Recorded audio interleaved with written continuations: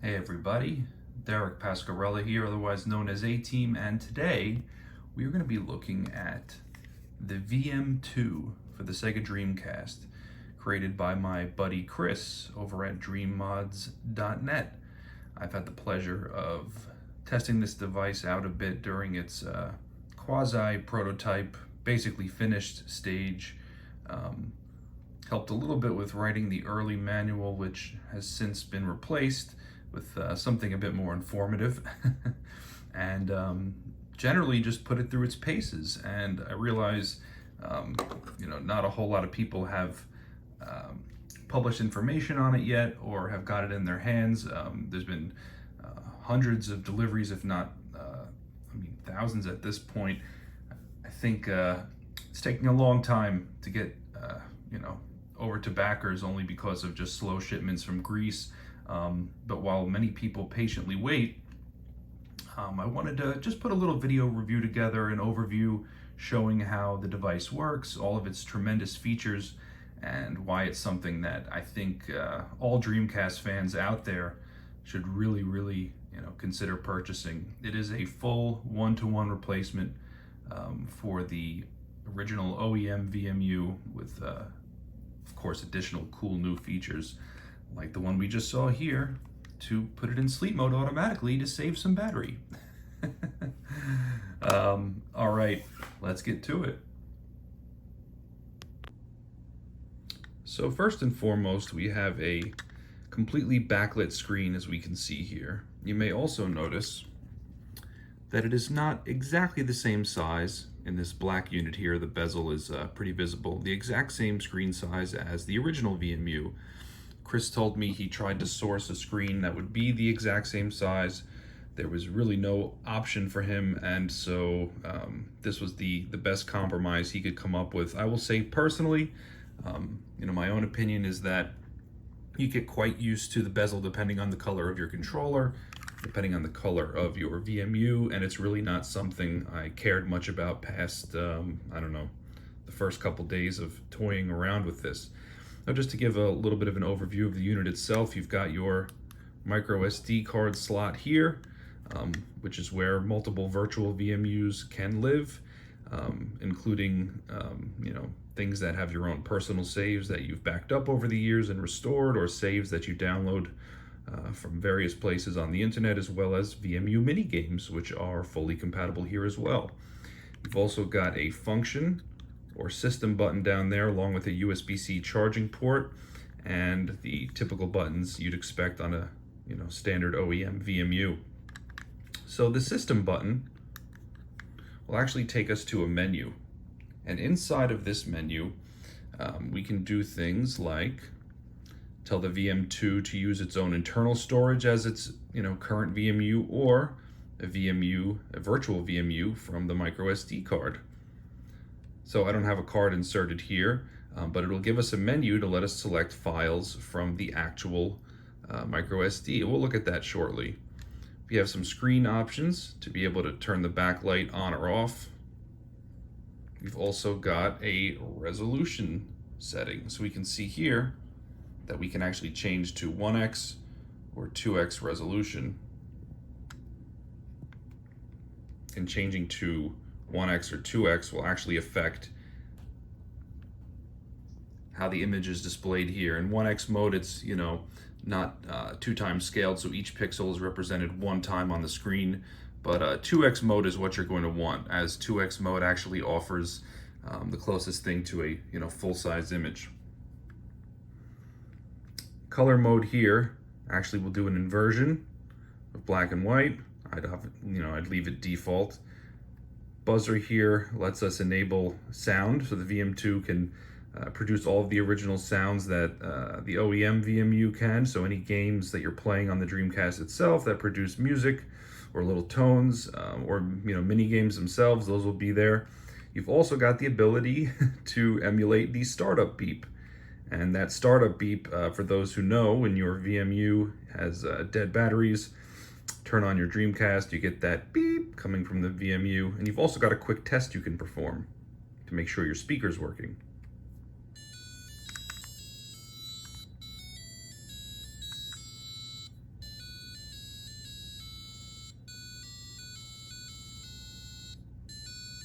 Yes, it works. From the system menu, we can actually set game speed, which affects the clock of the CPU, I believe, so games can run twice as fast. VMU mini games, you can change VMU region so that you've got Japanese or English menus. And then you have GUI mode. And GUI mode actually allows you to connect the VM2 to your PC and manage it with the the Windows application, as well as stream the contents of your VMU screen while playing a game to your PC, which we'll look at here shortly as well. So that covers the gist of the system menu, and of course you've got, your little about section with current firmware, your device's ID, etc. All right, let's take a look at SD card management next. But before we dive straight into the SD card management, let's look on the VM2 itself. I'm using my black one over here now. In the system menu, how we can create a new virtual VMU. I figure that'll be easier for more of a walkthrough here. So in the system menu, we can select memory. microSD is being used as the storage medium rather than the built-in internal storage. So the built-in internal storage, by the way, will limit you to one virtual VMU. So it basically acts one-to-one as a VMU. But of course, you're missing out on this wonderful feature here. So from this menu, we're actually browsing the SD card. We can see I've got a bunch of virtual VMUs here. These are all mini games, which we're actually going to look at a little bit later. VMU1 here represents a VMU that I've been using day to day. And this new one here was one that was created that I've put here just for the purposes of showing you this, which is deletion. Hit the mode button, and now it's gone. So let's create a new virtual VMU by selecting new VMU. It will create it, given the default file name of new1.vmu, and we're good. We're gonna eject the SD card, plug this into the computer, and get started. All right, so we've got the micro SD card inserted and mounted on the computer itself here, and accessing the micro SD through Windows File Explorer, we can see all of those virtual VMUs holding VMU mini games I was talking about, the VMU1 I was talking about, and there's our brand new VMU that we just generated. So we can actually give this any name we'd like. How about we call it test? And opening this virtual VMU inside of VMU Explorer, the link for which I will provide in the video description, we see we've got a completely empty virtual VMU here. Now, VMU save files come in the form typically of VMI, VMS pairs. There's other formats, methods for conversion, etc., but I'm not going to get into that today. But we will look at importing an existing save file. So how about here, a save file for Love Hina Surprise Engagement, a translation I'm currently working on. You can ignore this garbled text. That's because the metadata description stuff is still in Japanese. We could import some other save files. How about one from Nakaruru here? Oh, that's actually a character clock minigame. That's cool. We can actually show that one. And this is fine here for now. We'll go ahead and save this. And we're done. Close VMU Explorer. Our new virtual VMU has been updated. Now let's say, for example, we wanted to come back some other time and we wanted to back up a save file in the future. Well, quite easy. All we do is select the file here. We can right click, click on export, and it'll allow us to save the VMI VMS pair anywhere we'd like. And effectively, you need to think of the VM2 as supporting multiple virtual VMUs. It's not individual save files per se. It's one entire block or blob that represents, a complete VMU, and inside you are able to extract, export, insert, however you want to think of it, those individual save files. All right, so let's take the microSD out of the computer and get it back over to the VM2. All right, now with the microSD inserted back into the VM2, and the Dreamcast powered on. We can actually see here in the BIOS for the save file manager, this was my existing virtual VMU that has some other save files on it. But if I hit the function key button at the top, we are presented with a menu that allows us to navigate and change to additional virtual VMUs. So by pressing the button while we see the two dots at the top of the directory listing, it'll actually exit that menu.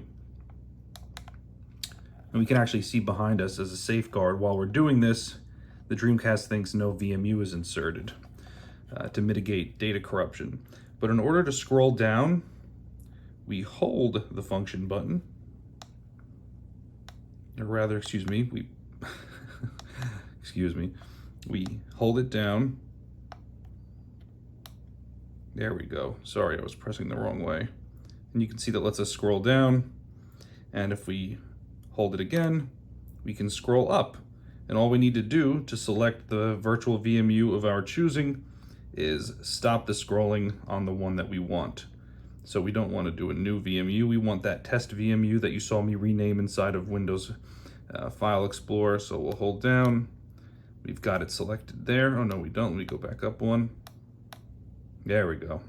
I will say that I do wish navigation of this menu was a little better, implemented a little better. I understand that, you know, Chris felt he didn't want to clutter up the bottom of the VM2 with different buttons and such. It is what it is. You know, in this case, selecting it mid-game, this is the way we have to do it. But remember, we could always just take the VM2 out, navigate the menu very easily, and select our virtual VMU, then put it back in. But I wanted to show you what it looks like if you want to do it mid-game. So, you know, while you're doing it in the middle of actually using the console, this button is the way you have to navigate. So now that we've highlighted here test VMU, go ahead and select it. It's gonna load it up, and we can see that VMU is now accessible within the Save Manager. The VMU color and the icon you saw assigned to that other virtual VMU is gone, and there are the two files that we looked at just a few moments ago over on the computer. Excellent.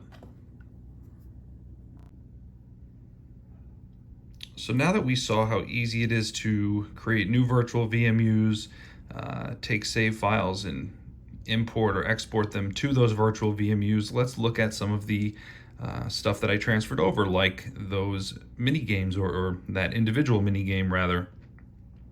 So we can use the mode button here to select the game option. And here is that clock icon that was part of the English translation patch. Not a very exciting clock application. And of course here my date and time is set to midnight, and we're actually going to show in a moment here using the PC application and how we set the clock on the set the clock on the VM2.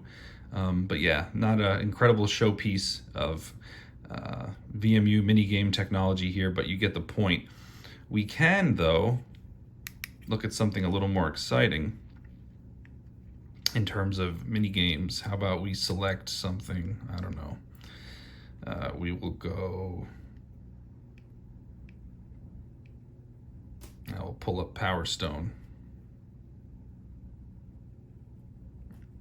And now if we go to our game section,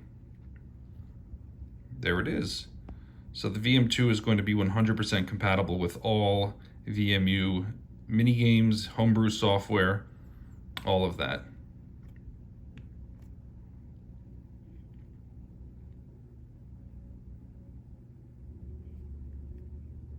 Let's see if we can get it to make a noise. Yeah, probably have to go into the game itself. I don't remember if this Power Stone airplane game had any music of any kind.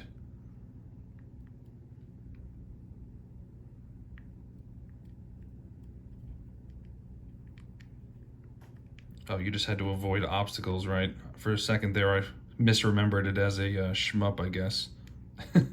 Anyway, as we can see, fully functional. And I'm already dead. Excellent. All right, so now that we've checked out what we've looked at here so far, why don't we take a look at the PC application, which is going to let us do things like easily manage the internal memory of the VM2, perform firmware upgrades when those become available, as well as actually stream the contents of the VM2 screen while we're playing a game on the console to the PC.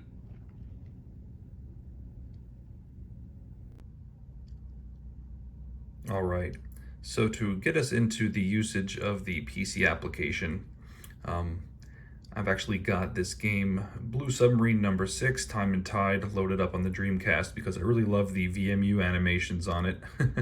And I've got the USB-C cable connected here to my hub through my hub to my computer. And now let's go take a look at the PC application to check out what I meant when I talked about the screen streaming. All right, so with the VM2 inside of a Dreamcast controller, a game booted, I have then plugged the USB-C cable into the computer and loaded up the VM2 GUI software. And here we see we are connected, but in stream-only mode, so there's limited functionality. But all we're going to be looking at for this portion of the video is the screen streaming. And if we navigate to the Screen tab, we actually get that live VMU icon refreshed right here in real time, showing us exactly what you see on the controller itself. Really, really cool feature for capturing footage. You can also use a VMU emulator for things like that, but this is excellent for those who want to stream the contents of the VMU screen along with gameplay. I'm not really a streamer myself, but nonetheless, I find this to be a really, really awesome feature, and I'm a big fan of it. So next, I think we should look at connecting the VM2 directly to the PC in standalone mode, i.e. not connected to a controller, and then using this application to manage it. So now with the controller put away, the VM2 removed, plug it directly into the computer here, open up the system menu, and inside of that menu, navigate to the system section and go into GUI mode. And by doing so, we can open up that PC application again and do some additional management tasks. Let's take a look.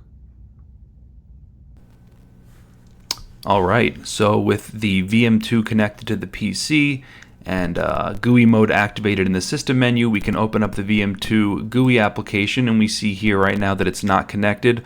Lets us know we have to put it into GUI mode, which we did, so all we need to do is click refresh, and the application will reopen, and we see we are connected. We also see the current date and time according to the system running the GUI application. And you heard me mention before about synchronizing the clock on the VM2 itself. This is how it's performed automatically upon connection to the GUI application. I've let Chris know that for VMU development purposes, it is definitely desirable to be able to set custom dates and times, so he will implement a built-in way to do that without this auto-synchronization method. But we can see we're given certain data points here: hardware revision, firmware version, device ID, etc. That screen option here, of course, is not going to be working. Under Utilities, we have the ability to install the USB driver, which is likely required for the very first time you connect the VM2 to this application. There's also the ability to create empty virtual VMUs, just like you saw me do earlier using the VM2 menu itself. We can also open VMU Explorer, which is that tool you saw me using earlier to import and export save files. And you can also perform a firmware update when they become available. Inside of the Memory tab, this is where we deal with the VM2's internal memory. All right, so I explained that through the microSD card, you have multiple virtual VMUs, but there's also one internal VMU or virtual VMU baked into the hardware itself. And this is where you can either back up the entire thing, restore the entire thing, or view its memory contents. So if I do view contents, it's going to read from the VM2 right here. And then upon caching the entirety of that VMU, it'll open it up inside of VMU Explorer, which of course it just did on my other screen that it's not letting me move over. Oh, Windows, you gotta love it. But I promise it looks exactly like what we saw before inside of VMU Explorer. I'll close that. Yeah, sorry about that, folks. Anyway, the point being, you can deal with the internal baked-in virtual VMU very easily just from this section here. And that's the gist of what the PC application provides at this point. It's a device that's definitely going to be seeing additional features delivered via firmware updates, and I think it's just fantastic. I've loved having it, not just kind of during the earlier prototype testing phase, but also the production run. It's gorgeous, it's beautiful, it's professional piece of work, and it's made a lot of what I do with ROM hacking, translation patch development easier, so that I can easily or more easily manage save files, testing things, etc. The one and only, let's say, design gripe that thankfully Chris will be addressing, and many of you who perhaps already have your units have discovered this, the cap or the lid on the VM2 itself. He designed it a certain way with a certain, let's say, usage in mind, but unfortunately, when you kind of just yank it off like you're used to with, the traditional OEM VMU, you stand a decent chance of breaking the little plastic pieces inside of the cap, and thus making the cap no longer click and stay when you try to place it back on the unit. So Chris, is going to be basically coming up with an alternative method for, how that cap should rest flush and tightly on the VM2. And of course, everybody will be getting replacements. So don't worry there. Some other cool things that he's going to be doing in the future are different color shells. So right now the VM2 comes in black or white, but additional shells from with additional color schemes are something to be coming in the future. And I'm quite excited to see what else he's got up his sleeve. I really appreciate his contributions to the Dreamcast scene in general over the years, with things like the DreamCon, LightCon, KeyCon, and truly there's never been a better time to be a Dreamcast fan. Anyway, thank you everybody for watching this video review. I'm really not much of a YouTuber, not much of a content creator, more of an engineer and a nerd, but I enjoy putting these together every now and then, even if the production quality kind of reminds you of a kid in high school taking his TV production class. But those who stuck through to the end, I hope you got something out of it. Anyway, take care, and truly the dream never dies, friends. It never dies.